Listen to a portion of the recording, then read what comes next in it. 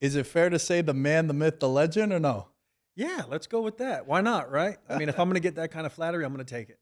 Let's go. Fox Taylor in the building. He is a sports betting consultant and CEO, as seen on USA Today, Business Insider, and now Veterans Minimum. Absolutely, and it's good to be here. Welcome. What brings you to Vegas? I think the answer is obvious, but Well, let's hear it. yeah. Anytime I come to Vegas, that means big money, right? And so I live in Florida, and back in Florida, sports betting is technically not legal. Mhm. Although, of course, you can dabble on like Bovada and things like that are offshore. I'm not a huge fan of that. I don't like my money tied up in that type of fashion. So I'm still old school with some of the ways that I have to do it. So like when I have big money to place, large wagers to place, I just fly out to Vegas, even if I'm only going to be here for 24 hours or less.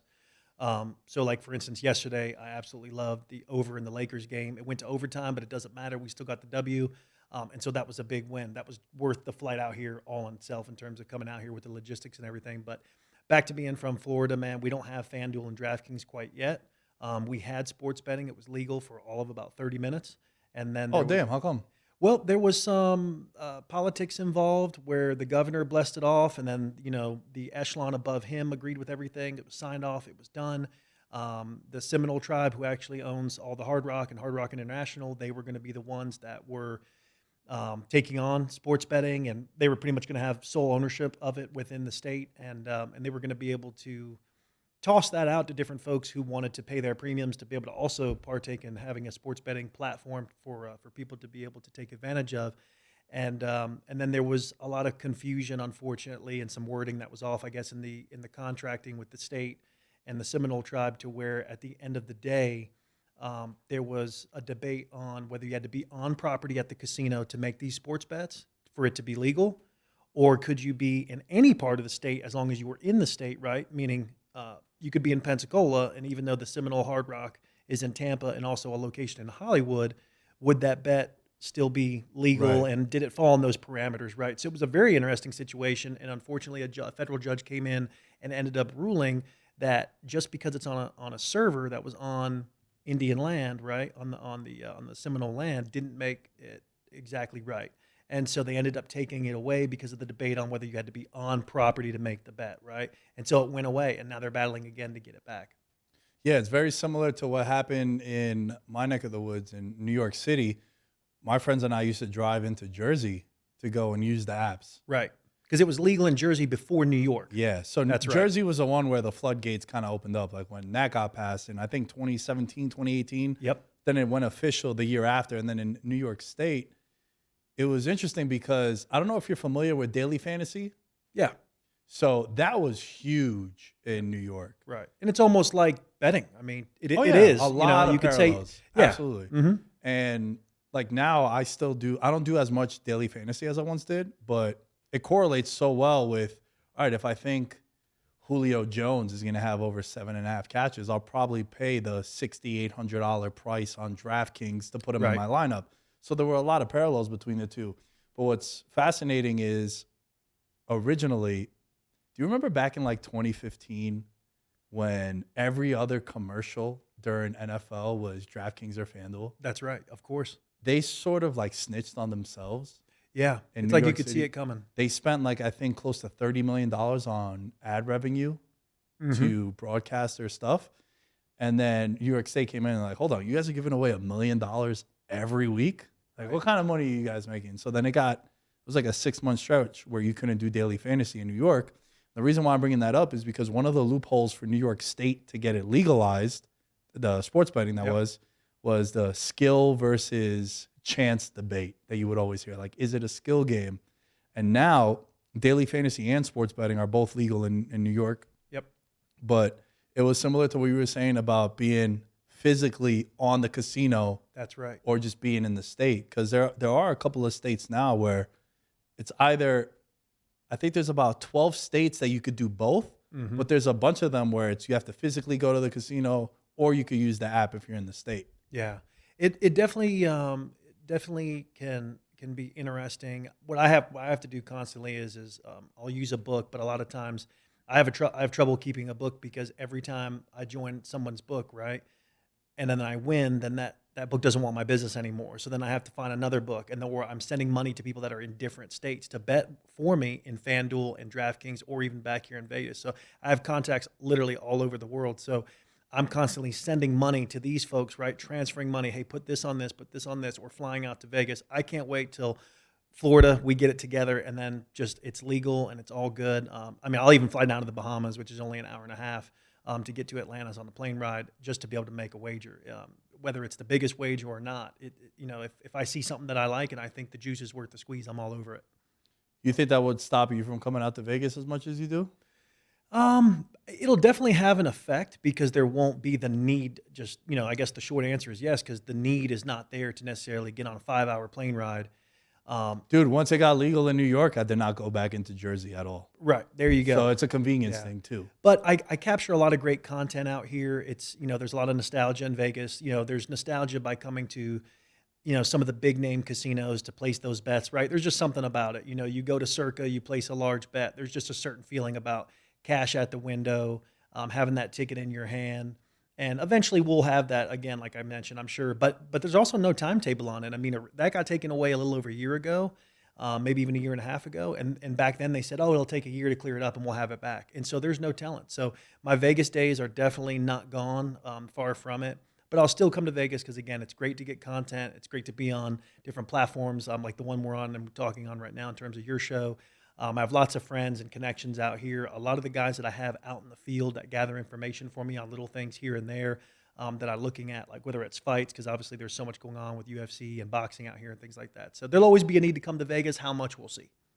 Yeah, for sure, because it's still going to be the Mecca. Of course. Right? Like it's still the Disneyland for sports bettors. Absolutely. Yeah. So that's always going to have the appeal. How'd you get involved in sports betting? Not so much like the selling of the picks and doing everything that you do, but like your love for it. Because I feel as if every true DGen has an origin story where it's like teen or younger. Yeah, I think, and I don't, I've always kind of wondered this because you do hear different responses to the very question that you just asked me. And I would think it's common. I'm not sure, but I'll tell you my story is this. I grew up playing every sport that you could play as a kid: baseball, basketball, football, tennis, golf, right? I just was an athlete. I just wanted to be part of everything. I love the team concept. I love competition. And as you get older, you start to learn about sports betting. You're like, wait a minute, hold on. I can make money off of this. And what I mean by is like your love for the game start when you're a kid, meaning you just love the sport. And then as you get older and you mature and you become an adult and you are still involved in sports, whether you're playing out in the backyard, at the rec center with your friends, or maybe you played in college and things like that. And then eventually, again, you kind of see sports betting and you're like, wait a minute, I have a lot of knowledge. That doesn't mean that you're going to be a great handicapper because in terms of, in my opinion, to become a great handicapper, you've got to not only have sports knowledge, but you have to have sports betting knowledge. You have to know how to read the lines. You have to know when you're being set up and when Vegas is laying a trap and things like that. And so, ultimately, my story comes from a love of sports, which I would think that would be for a lot of people, right? But at the same time, you also have to have that love for gambling and that love for the competition within gambling itself. Because I think of it almost like a sport. It takes me back to my days of playing. And it makes me feel like I'm, you're trying to beat the person in the mirror, right? Like, hey, can I continue to win? Can I continue to beat the books and things like that? And it's almost like you're competing against yourself, right?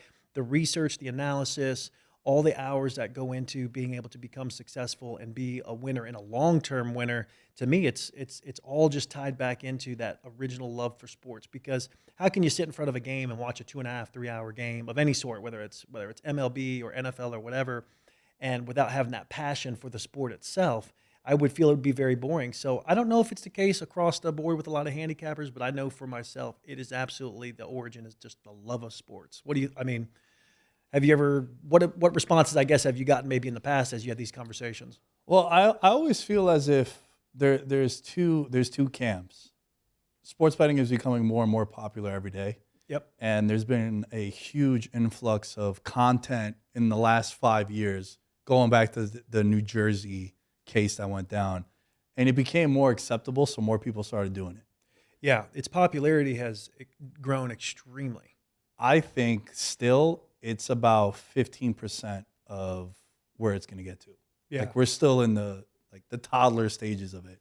Because now, I mean, you've been doing this for a long time and you're aware of how these sports networks never would mention a point spread. Oh, it was so taboo before. It was, Yeah. you'd get fired if you mentioned it. Well, yeah. You couldn't imply it at all. And now every network has a sports betting show and content creators on it. Yeah. So and they're flashing the lines on the bottom of the ticker. yeah, live odds on some places. Yeah. I mean, I don't watch. One thing I was talking about recently is I think I realized that I don't love football. I love NFL football because I was in Arizona last weekend for a wedding and the XFL game was on.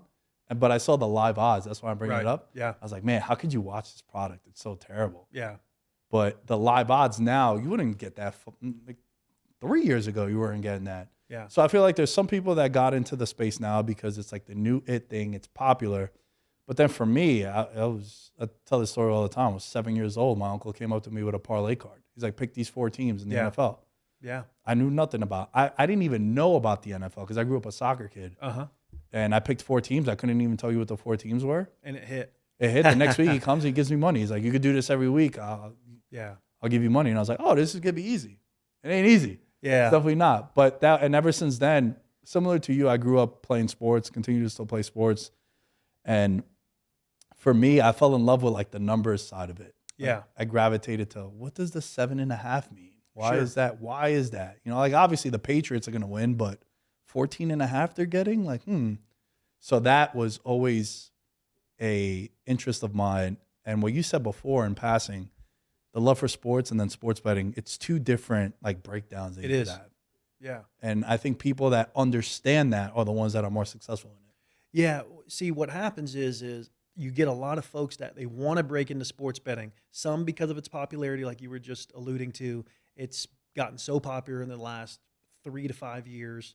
Before that, it was like kind of taboo. You really didn't talk about it because it was almost looked down on in certain places that you went. Meaning, like if you said sports betting, people would be like, "Oh my God, is that legal? Can you do that? Yeah, What do you mean that's what you do?" Well, my friends and I, we say this thing like people that sports bet, and we mean this in like the nicest way possible because we do it. We're like, you're a piece of shit. Like that's how people looked at you. Like, oh, you're a gambler. Like, Right, like you yeah. said, it was taboo and it was frowned upon, but it was always the elephant in the room that everyone knew was there, but they were just navigating was around. doing it. Yeah, everybody was doing it, and now that with its popularity and its worldwide exposure, now it's so safe and comfortable to talk about. Meaning, not even just you or I, but just the average American sitting at the dinner table for Thanksgiving, and they're able to now openly talk about the 3 games that are on that day. Oh, hey, who do you got in this game, and what was the spread and the line? And now they're saying that in front of grandma, where they maybe wouldn't have done that, 5 years ago. And that's what's so cool and so interesting about it.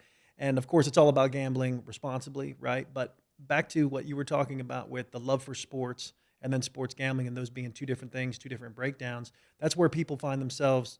They can get into trouble, right? Because they think, oh, I've been watching football for years. I know how to do this. But then what you just said, what's 7.5?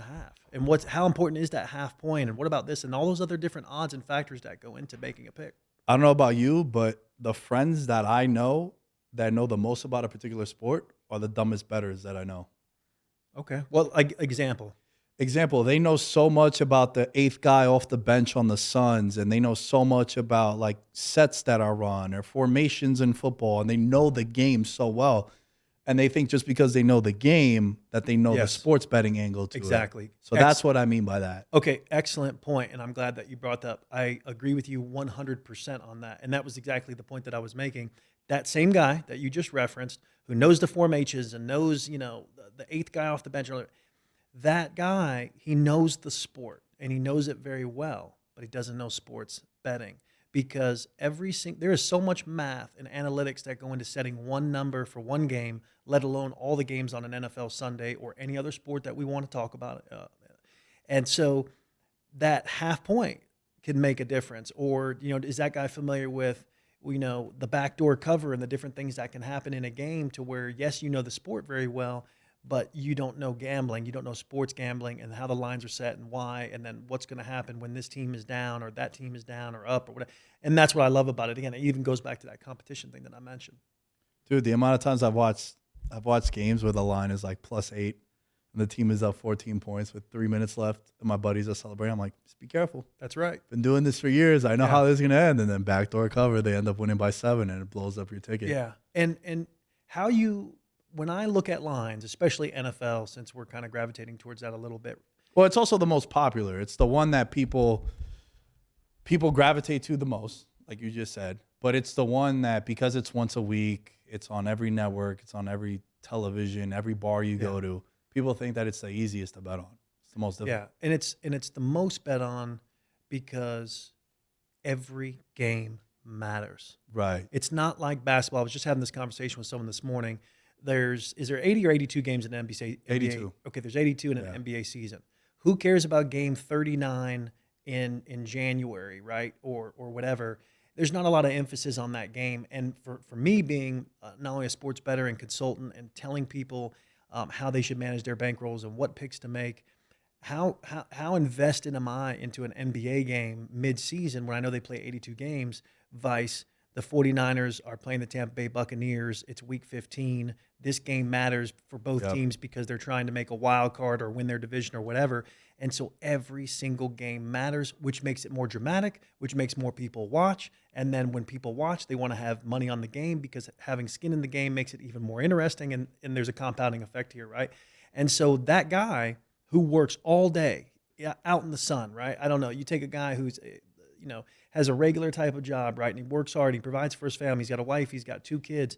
That guy makes it a priority that when he comes home, he's watching the Monday Night Football game and he's betting that game because of all the importance and relevance in his life for that particular sport. Whereas I go back to maybe an NBA situation or even better, MLB. God, there's 160 games, right? And so how important is Royals versus Reds game 70? How important really is that? So that guy doesn't get into it like he does for an NFL bet, like what you were talking about. When people ask me about sports betting advice, I tell them to try your best to stay away from baseball, especially in the dog days of the summer where there's nothing else on. Because to your point, it's so volatile, and there's so many games where you could afford to lose 4 games in a row in baseball. Even more than that. Even more than that. Yeah. You lose 4 games in the NFL, you're on the hot seat. Coordinators getting fired, dudes are getting benched, coaches are being pulled in by the owner.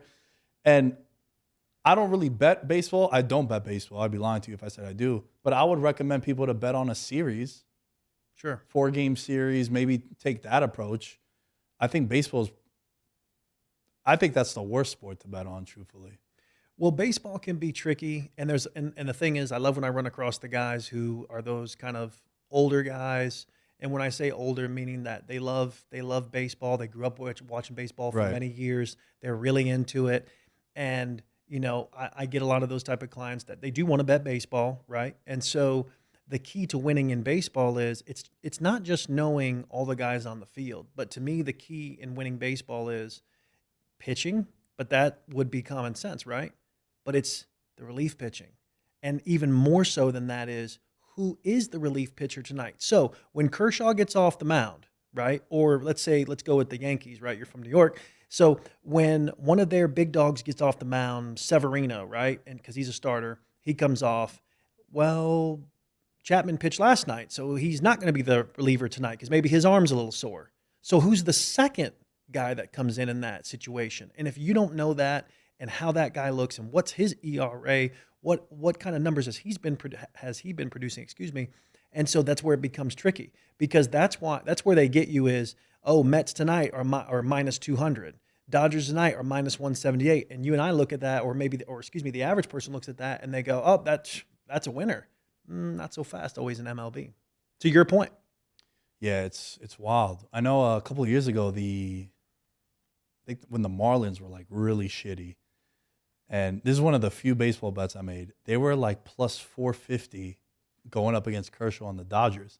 And I had tweeted out something along the lines of, dude, just by default, you kind of have to take the Marlins. Yeah, sometimes you're looking for value situations. Right, but a 4-1 dog in MLB, I had never seen that before. Yeah. Again, I'm not looped into it where I'm looking at the lines all the time. And then the Marlins ended up winning, and everyone's like, "Oh shit, you called it." I was like, "Not really. I kind of just bet the spot there, and it was so unique where you had to."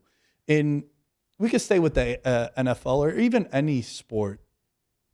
Are there certain spots that you kind of just bet by default, just because it's a spot that you're like, "Man, I love it when a team is in a scenario"? Absolutely. So, can you give me one? I'm going to answer that question. Okay. And I'd like to tell a story. Okay. Love story time. So, let's go with NHL. Okay. Earlier in the regular season, Tampa Bay Lightning ended up being a playoff team, right? They're in the NHL playoffs. They won 2 Stanley Cups. They almost three-peated by going to the championship 3 years in a row.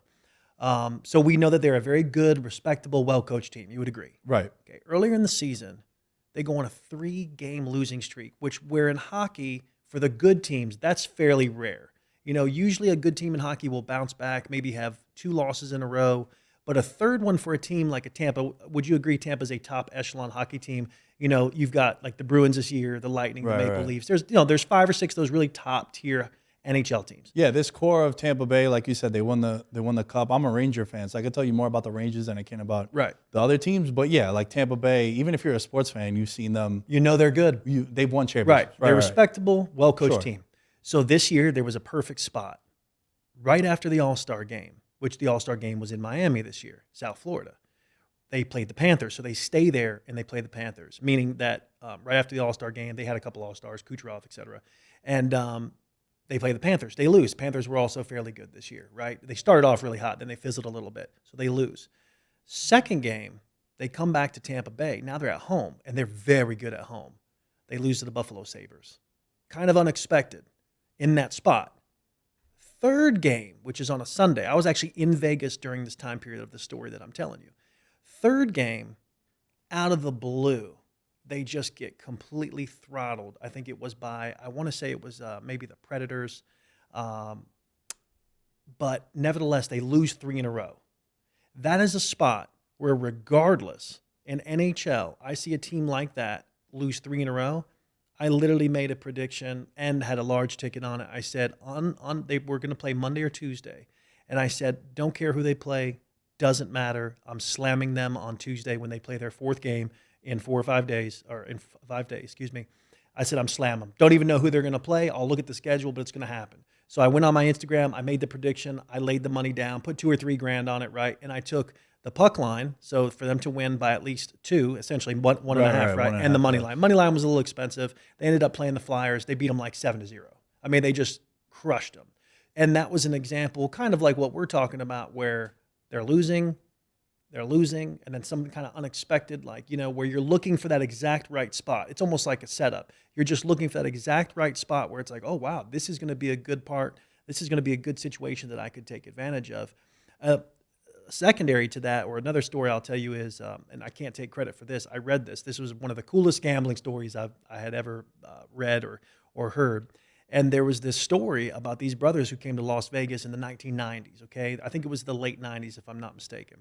So during that year, whatever year it was, Twins, they were from Minnesota, and the Twins were really bad that year. Like, they just couldn't buy a W, right? And so they're out here for business. 2 brothers, they're in business, they're here, they're in Vegas, and they notice that Twins are they're awful. Can't win a game.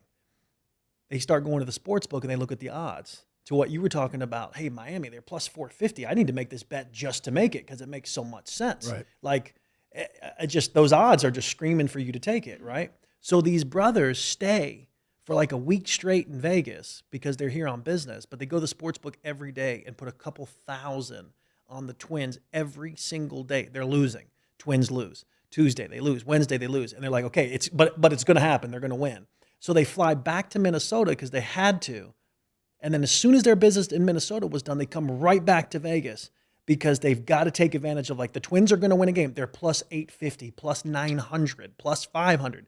Finally, it happens. They end up having thousands. Like, they're pressing their wager amount every single day because they know to make up for the losses. Make up for what they lost, yeah. Right. So they know they're going to win a game. And finally they do, and they end up hitting a huge payout. They have, I don't know, $5,000, $6,000, $7,000, $8,000 on the Twins at something crazy like plus 850. End up winning, a couple $100,000 or whatever. And it ends up being a huge payday. And that's even more similar maybe to what you were asking me about in terms of those different spots. Yeah, there's a couple of spots that I almost always will bet, regardless, like what you say. You didn't even look at the schedule, who Tampa Bay was playing. Yeah. Like, yo, I got to take this. My favorite one to do is when what I perceive to be a good team in the NFL loses on primetime. Mm-hmm. I love backing them the next week. Oh, absolutely. Because it's the standalone game, primetime factor.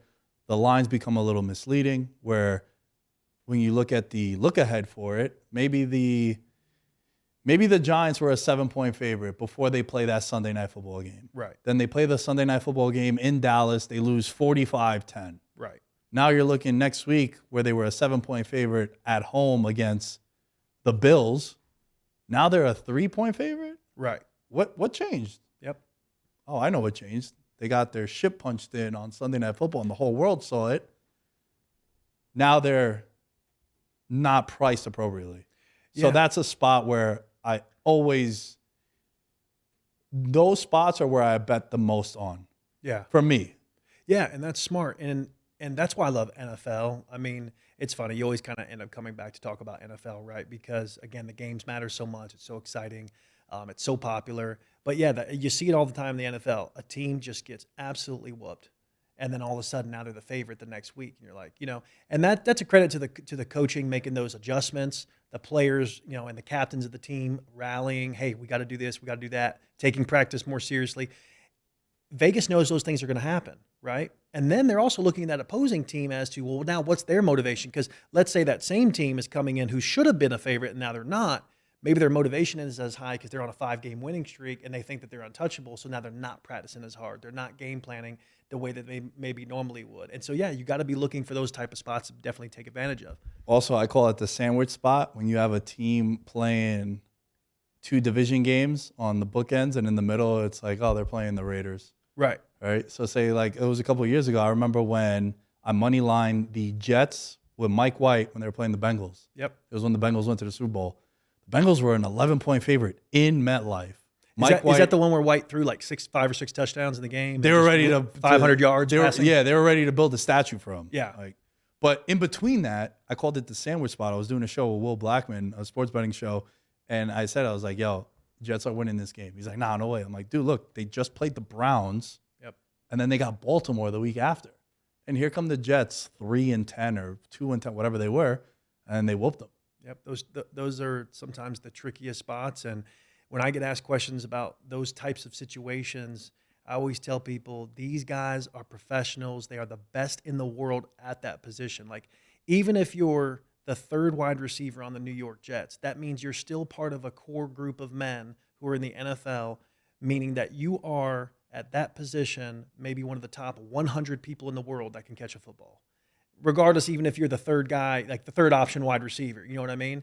And so that still says a lot about that talent. And so when that talent meets the other talent on the field, like, you know what they say, any given Sunday, right? Right. There you go. It's the best when you would see those videos of the dudes that would call out Brian Scalabrine back in the day. Yeah. Be like, "Oh, dude, you suck. You're trash." He's like, "Yo, come on, let's go play one-on-one." Right. And he just goes and just dogs these dudes at the park in one-on-one. And then you realize, like, yo, this guy barely – I mean, Scalabrine was playing, like he contributed something, but you're talking about like even the 12th guy off the bench in the NBA, like you said with the wide receivers. Just because you're on the depth chart, you're not a starter doesn't mean that clearly you're the. Oh yeah, you're very good. I mean, look at Austin Reeves. He was not drafted. Yeah. Came into he played at Wichita State, and then he transferred to Oklahoma. Was undrafted, comes in the league, gets picked up by the Lakers. Obviously, I think he did his stint in the D League or whatever they call it now, right? G League, yeah. G League, excuse me. Yeah, close enough. Yeah.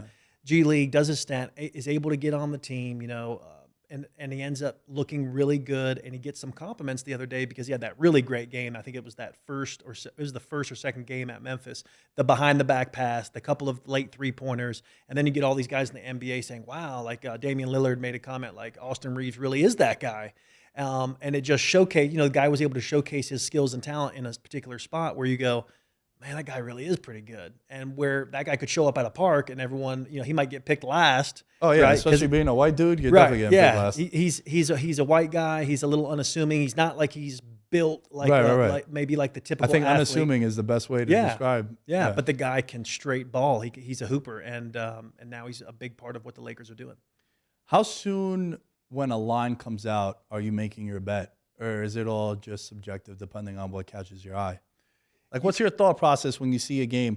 Because I do a show with a sports bettor out in Jersey, my friend Kenny, and we just organically by accident, dude, halfway through the football season, he starts coming on the show, and we were recording on Mondays, and I was like, "Yo, give me a winner for Sunday from now." Sure. He gave one, I gave one, it hits. Next week, "Yo, give me a winner on Sunday," hits again.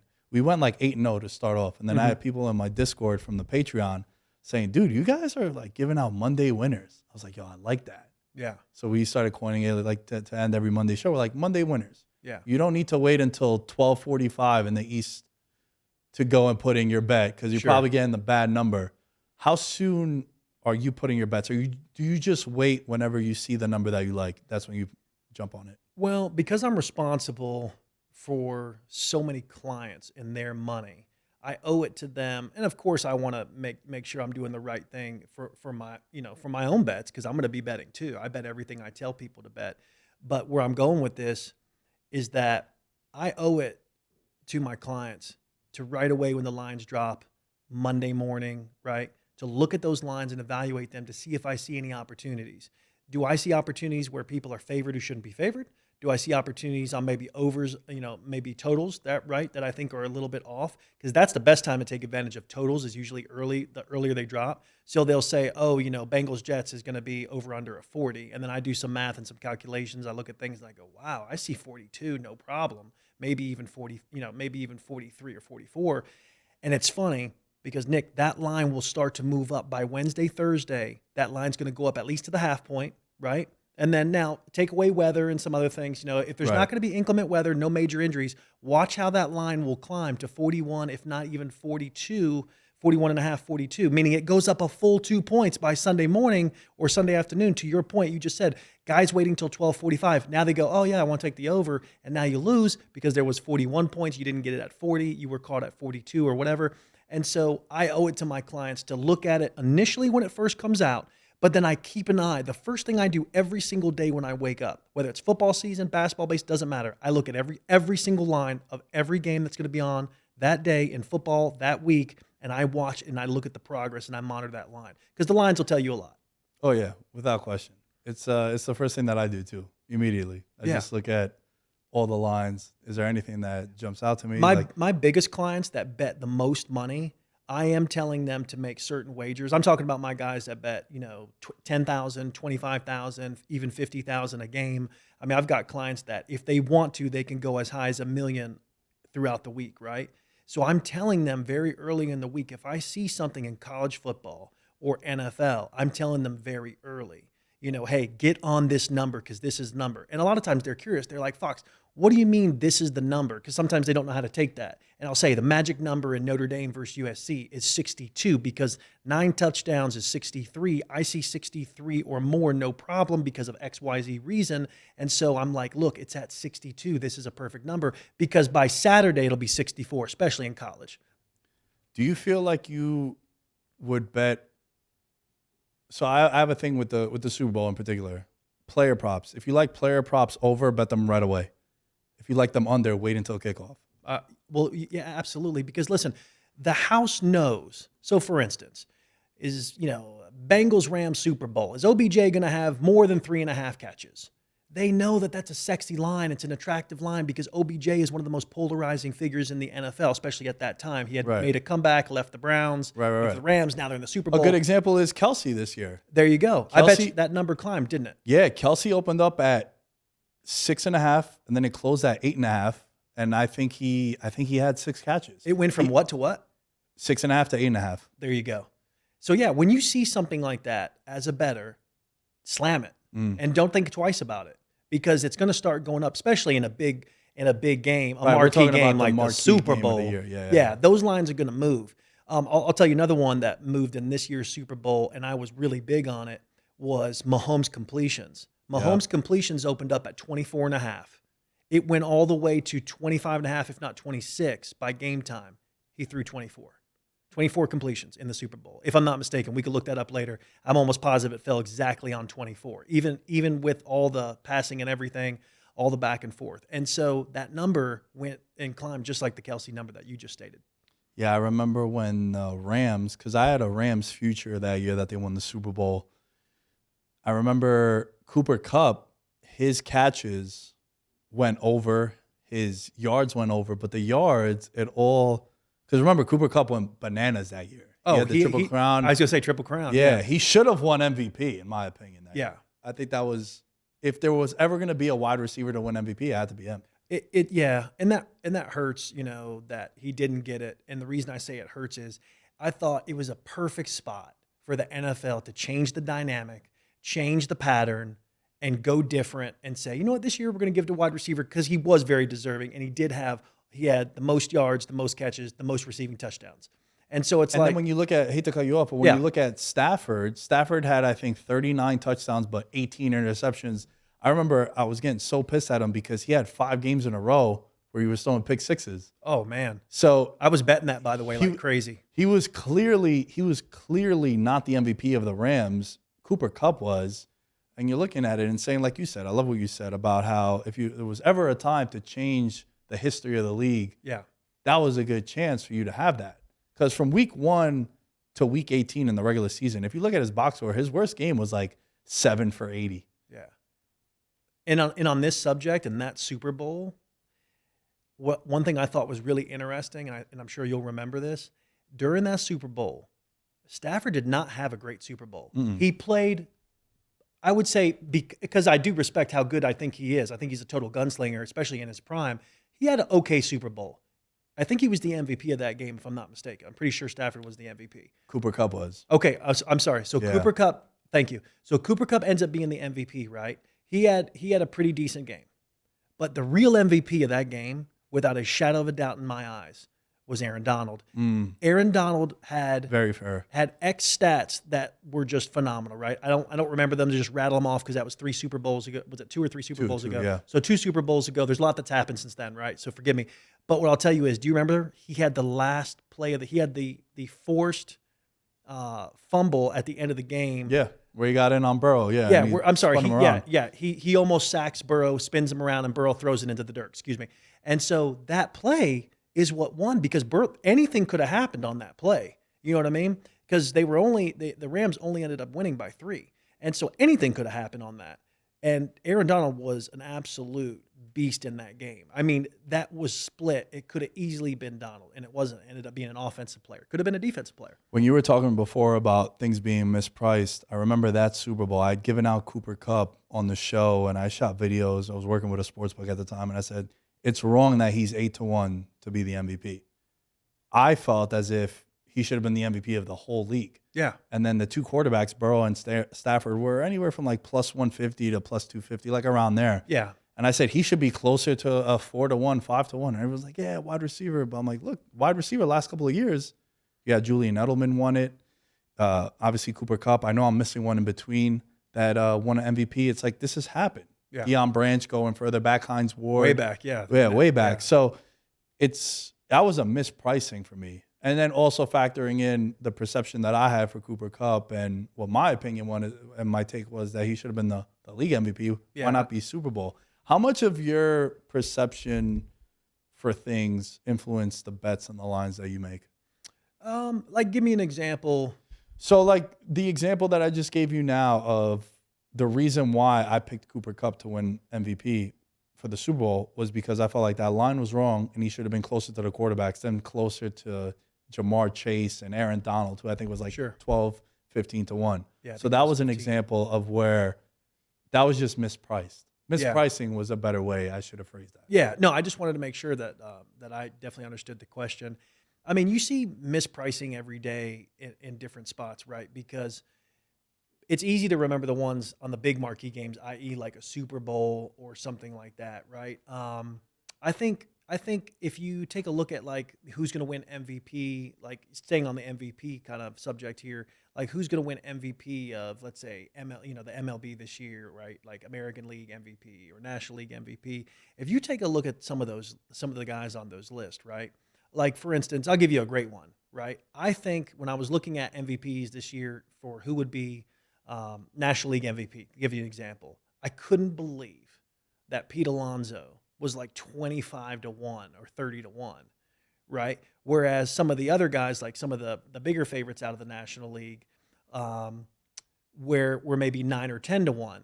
Now, I love it because I'm looking for value. Right. Because I don't want to pick the guy who is the favorite, because seldomly that works out because there could be an injury or there could be something that just totally stifles that. I'm looking for that guy where the value is. So like for instance, I see Pete Alonso at like I think it was somewhere between 30 to 40-1 if I'm not mistaken. And I was shocked by that because obviously this guy can hit a lot of home runs, right? He's a very respectable player. He's won 2 home run derbies. And so I was thinking, like, that's a good spot. There's value there. Maybe I thought that was a little mispriced.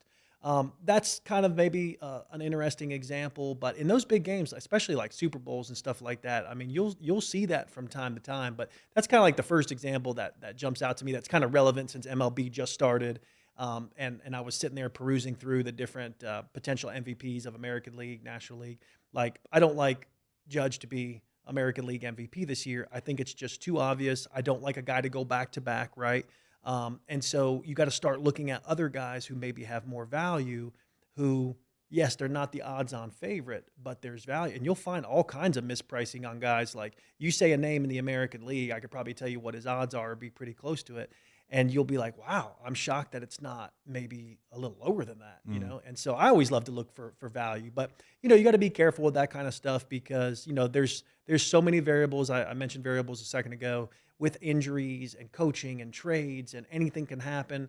So you got to be careful with those kind of bets, but they're always fun. How much of a factor is historical context in staying with futures? Or, yeah, in futures, MVPs, guys to win championships, because I had Argentina winning the World Cup. Nice. And the last 15 winners of the World Cup have all been a top 6 favorite. Okay. So by process of elimination, everyone after that, you're donating your money to the lovely people of Las Vegas. Sure. The highest odds for any team that has won a World Cup was Italy in 06 at 9-1. So you're not really getting what Croatia did in 2018 was like an anomaly. Right. 60-1 from the beginning to make it to the final. Right. So staying with this premise, is that something that you go into when you're looking at futures or MVPs or anything like that? Because for me, like even the NBA, it's usually like a top 7 to 8 favorite, not for MVP, but for a title. Yeah. I'm looking at every single piece of data and information that's Top to available. bottom. Top to bottom. Okay. Now, you say World Cup, and I think you would agree with this. You don't have to. Soccer is so different, especially when it comes to World Cup, because those top 6, 7, 8 teams that you're talking about, that you're referring to, those are like the capitals of soccer. Yeah. Those are like those are like meccas of soccer, right? Yeah. So you talk it's about the like obvious ones. France, Brazil, Spain, Italy, Argentina, right? And so those are going to be the most bet. And so they can't let those odds get out of control or even too advantageous for us, because they know that that's going to cost them money. Almost by default, people are going to be betting on them anyway. Yeah. But, you know, let me give you a great example. I'm going to go years back here. The first year the Golden State Warriors won the championship, that was a little unexpected. I'm going to rattle off a number. I could be wrong. I'm almost positive that number for them to start the year was plus 1,800. I bet it's between 18 and 22 if we went back and looked. So what year did they win it? Like 14 or 15? Something like that? 2015, yeah. It was 15. the year that Curry won MVP. I remember I bet on him 30-1. Okay. Won MVP. So check this out. That year was also the first year that Kerr came in and Mark Jackson was out. Yep. So for a couple of years, I had been paying attention to Steph because I loved him at Davidson. You know, you root for those underdogs because the kid looked like he was 90 pounds at that time. Right. He was shooting the lights out. He made the tournament extremely interesting when he was at Davidson for his last year there. Then he comes in the NBA, and I remember, people forget Steph Curry's early NBA years when the Golden State was completely irrelevant, like Monte Ellis, Steph Curry, a couple other guys, you know what I mean, that were good. They were kind of scrappy. They were kind of a team that's like, yeah, you know what I mean? Like Warriors weren't doing anything. And also he was hurt.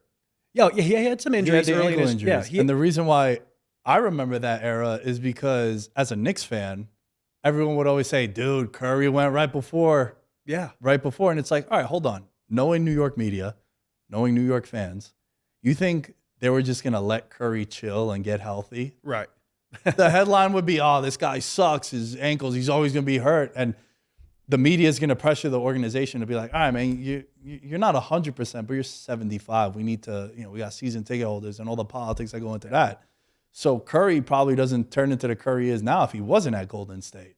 Oh, of course. And if he didn't have Steve Kerr. Right. Because if you look at the way he played the game when Mark Jackson was the coach, he was known as, hey, you got to watch out for him. He's a sharpshooter, right? That kid can really shoot. And we knew that from his time at Davidson.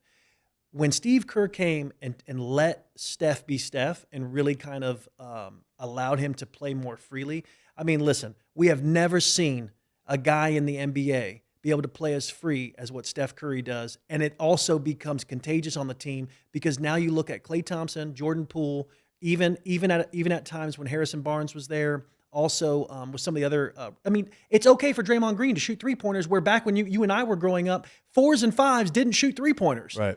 I mean, we're saying in today's world, we talk about the stretch 4 and sometimes even stretch 5 guys, right? Like, look at Anthony Davis. He's perfectly capable of shooting three-pointers. I'm not saying he's a great three-point shooter. What I'm saying is nobody bats an eye if Anthony Davis shoots a three-pointer if he's wide open. Would you it's agree? not frowned upon like it once was. Yeah. Kerr came and changed the dynamic and culture in terms of play on the team. I'm not saying they had bad culture before, because I respect Mark Jackson. I thought he was a pretty good coach. But the original question about looking at all the data and everything, I knew Golden State was onto something, because for those couple of years before Steve Kerr showed up, I could see, right, the momentum building, the evolution of Curry and his development, the cultivating of the talent. Then you get Klay Thompson in there. They become the Splash Brothers. And then the final piece was the Draymond Green piece. And then so many great role players. Listen, I can name role players for that first Golden State championship. Do you remember a guy named Derek Lee? Mm-hmm. Okay, Derek Lee played at University of Florida. David Lee, excuse me. Yeah. Former Nick. Played at University of Florida, so he was in my backyard. I don't know if you remember that first championship that they won. That guy was a huge part of that, along with a couple of other guys that we've probably forgotten about. And it's just such a true testament, right, to Coach Kerr. But I'm telling you right now, you could see it starting to develop, starting to happen. And then before you know it, bam, championship. And we go back to those original odds, somewhere between like 18 and 22 to win. So that wasn't, people didn't think that was realistic. Right. Now they're a dynasty, Nick. Yeah. Dynasty. Yeah. So, that kind of answers, hopefully that answers the question. But it's like, take all the stats, everything that you can analyze, look at those different things, but you also have to take them with a grain of salt. When you look at like NFL, there is so many different statistics and data that can be so misleading. Like, I'm going to be funny here, but it's like there's statistics out there. Well, if this guy plays at home and he's wearing a white sock and he's got an 8 in his number, yeah, the home right? home it's and like, road come splits. on, Yeah, you know what I mean? I know exactly what you mean. Not every statistic is going to equate out to the said name desired result, meaning like, oh, he'll get X amount of, like, if he plays on artificial turf, he's going to get 8 catches, maybe. Like, there's certain stats out there that I think it's always great to look at them, to evaluate them, but they don't always have as much meaning as we think. Yeah, I think a perfect example, staying with the NFL, and this all started with like my love for daily fantasy. When Michael Thomas first went to the Saints, Drew Brees was like a historic fade on the road. Right. But at home, they were... And on grass. Yeah. At home, they were unbelievable. Unbelievable. Like, it was almost like unbeatable. Right. Don't bet them. Don't bet against them. Absolutely. And then that was the perception and the narrative around Drew Brees and the Saints. But then when Michael Thomas got there, after year 2, after year 3, when he broke that catch record, it's like, man, that doesn't apply anymore. Like, that narrative of him being bad on the road doesn't apply, because now Michael Thomas is there, and that just changes the whole dynamic. It's a shame that Thomas had so much going on with the coach, with the injuries, because I think we just didn't get to see Brees and Thomas the way we should have. I felt like that was taken from us. Yes and no. I think Brees at his career extended because of Michael Thomas, because Duke couldn't throw 20 yards. Yeah. So that's why slant boy became a real thing. And that guy could catch anything. Right. But a lot of his catches were all like 20 yards and under. Agreed. For Michael Thomas. Michael Thomas, you're talking to someone who I've coined him as the weirdest career a wide receiver has ever had, in my opinion. Already, I think it's fair to say, because he comes into the league, takes the league by storm, setting all these records. Amazing. Scores a touchdown, gives the ball to the referee, no complaints, nothing. Gets a $100 million contract, and then that's when like all the fuckery kind of started with him. Yeah, he started getting injured, so you do take that with a grain of salt, like you mentioned before. But man, just a weird career, because usually, especially wide receivers, they want to get paid. Yeah. And then that's he got paid. He got paid, and then that's where everything sort of started to spiral. But if I remember the story correctly, and if I think I have a handle on what the situation was, and I can at least relate to this somewhat in terms of just the concept of it, right? I got an injury. You really want me to play because you don't think the injury is that big a deal. I don't want to play because I know that this injury could turn into a much larger injury and then it could stifle my long-term NFL career. But you're saying, head coach, dude, oh no, you need to be out there. You're not a team player. You know what I mean? Those conversations are obviously happening behind closed doors. Sure. So I don't know because we're not there. I don't know. But that's certainly what it seemed like because he had a grudge. Because remember, he went like and got the surgery like after the season, and I'm sorry, he got the surgery right before the start of the new season, and everybody was scratching their heads and like, what's up with this situation? And to me, it seemed like there was a grudge there. And some of these guys, Divas, wide receiver, right? You do something that they don't want you to do, or you say something like, you go out there, you throw them under the bus in the media. They don't like that, right? They have an injury. You try to push them. They're like, whoa, whoa, whoa, whoa, whoa. It's kind of like the Kawhi Leonard situation. Listen, we both know Kawhi Leonard could be playing. Kawhi Leonard is telling his coach, I guarantee it. Hey, if I get hurt, this could be long-term for me. Then I can't play next year. Right. And so he's not willing to take that risk. Whereas back in the day, we looked at guys like, oh, he's so gritty. He's always out there. And these guys now, they're so much more cautious because it's so much more acceptable to be like, oh, well, load management and maybe this is for the best. Whereas we didn't see as much of that back in the day. Can I push back on the Diva comment? Sure.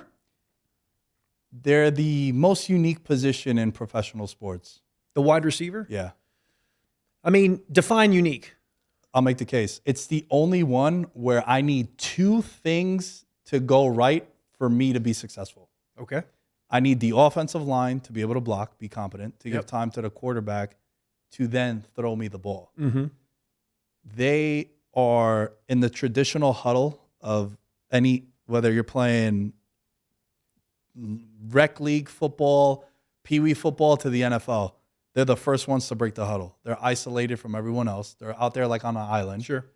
And if I have a 80-catch, $1 million incentive and you're my quarterback and it's week 15 and I need 20 catches, of course I'm going to bitch and moan and say, yo, Fox, I need the rock, man. I got to get paid. I'm going to be yelling at the offensive line like, come on, yo, you got to keep them upright so I can run my deep route and score. So I think they're the most unique position because think of another position that you need two things to go right in order for you to be successful. I mean, I would say this.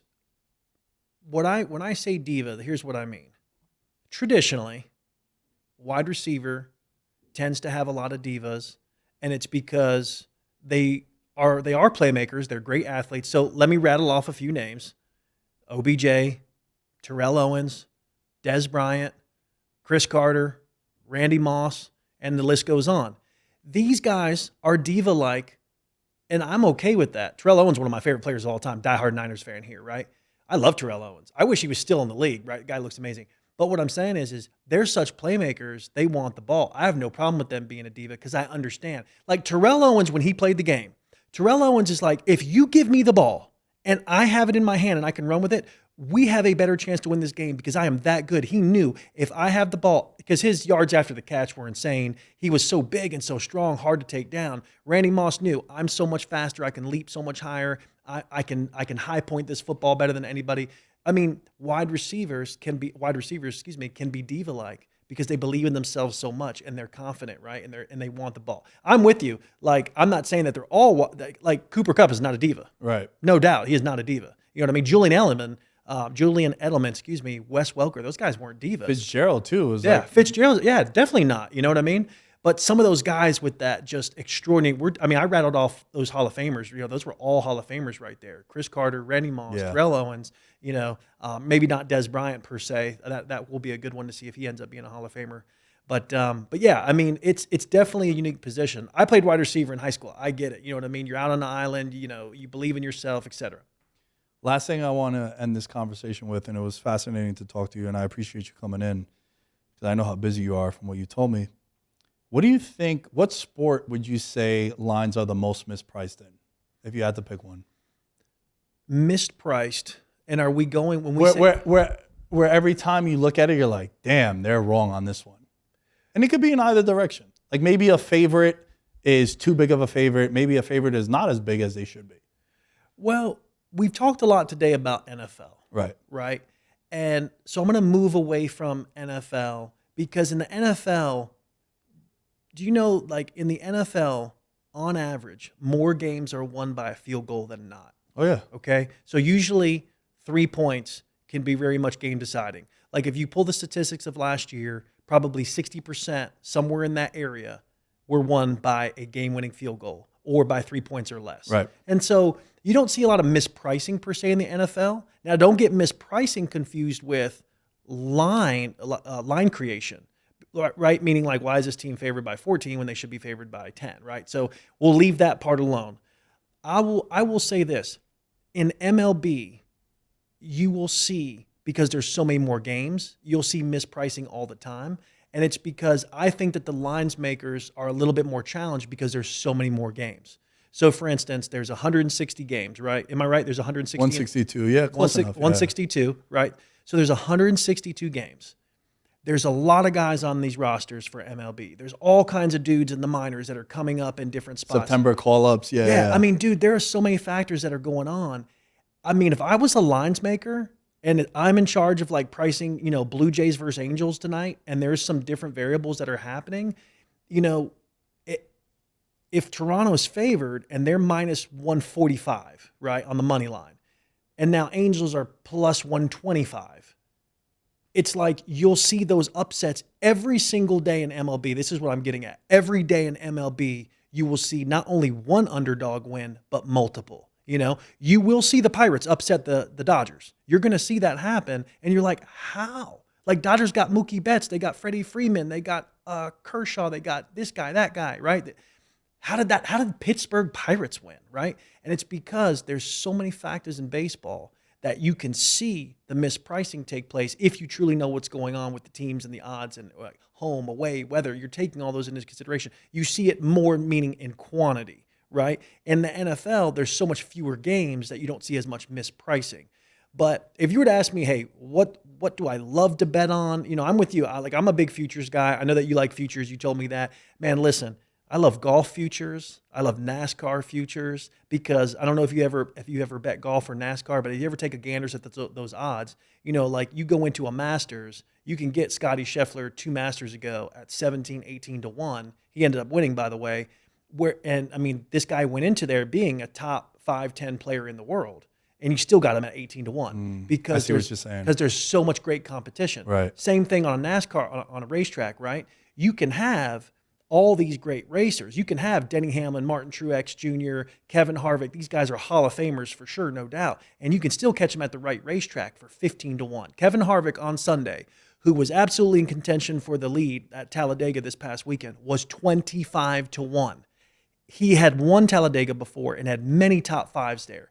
There was so much value. He didn't win this past Sunday, but he was running top 5 all the way until there was a caution to send it to overtime. And you're looking at it like he should be a top 5 favorite, and he's not, and then that's why you 100%. Right. He's a former Talladega winner, but for some reason he was 25 to 1. It's because people are starting to forget about his greatness because he's been around for 20 plus years in NASCAR, and all the focus is on guys like Chase Elliott, 9 to 1, 10 to 1 at Talladega, Denny Hamlin, who's an absolute legend, 10 to 1. So the focus was on all these drivers, right, who are maybe a little bit more, I'd say, relevant with today's culture and the folks who are watching and betting NASCAR. But I saw him mispriced this weekend. Kevin Harvick, 25 to 1. And if it wouldn't have been for him running out of gas, there was a high possibility there in overtime. This past race at Talladega went to a double overtime situation, and he had to stop and go back and get gas. He just, because it went to a second overtime, he didn't have enough gas to be able to compete without worrying about running out. So he had to go back and pit, right? So throwing a little bit of NASCAR at you. Yeah, it's the first time. Hey, that'll be cool for some of the people that are watching it. I am the number 1 NASCAR handicapping for NASCAR in the world. There is nobody who does it better than me. I'm telling you right now, I eat, bleed, breathe, and sleep it just like most sports. But when it comes to NASCAR, I'm fascinated by it because competition-wise, brother, there are so many different things that these guys got to do. You're talking about so many different parts with the car, so many different strategies when it comes to pitting. Pit now, pit later, you know what I mean? I don't know if you ever watch it, but it's fascinating, man. Maybe we'll chop it up and talk about it some more later on down the road. But you want to talk about odds, you want to talk about payouts, you want to talk about finding some mispricing, you'll see it all the time. Wow, NASCAR. Never heard NASCAR on this show, folks. You get a little bit of everything here on VM. For me, though, to answer the question and to put a bow on this episode, UFC. That's a great one. UFC is the one where I think it's becoming more and more popular now. especially ever since it moved to ESPN, it's getting more mainstream appeal. Even though it was mainstream, it's still a relatively young sport. It's been around for 30 years, the UFC. Your thoughts on this, real quick. I know we're about to end the show. So this past weekend, I had Pavlicek by knockout against Blades. Okay? I had inside information. Let me restate that. I had a gentleman who works for me who knows UFC inside and out. And I should say professional, not inside information. I say very, very professional guy who was in the league. He is very familiar with it, right? Very familiar with the sport. He said Blades will leave his chin unguarded and Pavlicek would knock him out. He was plus 130, even by fight time plus 145. Did you see that? Did you see that coming? And that's another example of mispriced because the dude knocked him out. I think it was first round, right? First round, yeah. Well, so was that mispriced or not? I know you're a big UFC guy. Yeah, I would say that was the easiest handicap of the year so far in the UFC for me because Pavlovich only wins in round 1 or 2. You could have got him plus 280 round 1, plus 900 round 2 because he very rarely goes into round 2. And I had Pavlovich by knockout. I had him to win by knockout in the first round. Yeah. And then I took Blades second, third, fourth, like later on. But again, you were getting plus 300, plus 280. And also by knockout. So, yeah, that was exactly what the handicap was. And then when you factor in that Blades, his whole career only loses to guys that fight that kind of style. Exactly. The brawler type, the elite striker, and especially for the heavyweight division, like he's lost to Derek Lewis, he's lost to Francis twice, and he loses to Pavlovich. It's like these big, heavy hitters. So with the UFC, it's the one that I think is the most mispriced. Like Max Holloway a couple weeks ago was minus 160. I was like, dude, come round 4, they're going to flash the graphic. He's going to be minus 800. Yeah. They flash the graphic, minus 750. So that was close enough. So that's the one where I think it's the most mispriced. But again, it's something that they're going to catch on to it. But I think now is where we could take some big swings and hits, not misses. Yeah. I think that was a great example. And some of those, like I said, some of those examples that I gave, whether it's NASCAR, golf, you mentioned UFC. I mean, you can find so many value in those different situations, and that's where we got to slam it. That's where we got to take advantage and capitalize off it. So, but good stuff, man. This was awesome, dude. Tell the people where they can find you, your social media handles, and the whole nine. Yeah, so if you want to be able to get a hold of me, you can go to my Instagram. My Instagram is _King of Odds. You can also go to my website, thekingofodds.com. But guys, I don't have an assistant. If you DM me on Instagram, you are talking to Fox Taylor. I answer every single DM. One of the things that I really take a lot of pride in, Nick, is personalized service. So I look forward to hearing from you guys out there. And again, it was a pleasure, man, being on the show. At Nick Diaz Tennis, you can find me, veteransminimum.com. If you're a member of the Patreon, you've already heard this episode early. But for everyone else, the bio will have all of Fox's information on there. And we will catch you guys next time on Veterans Minimum.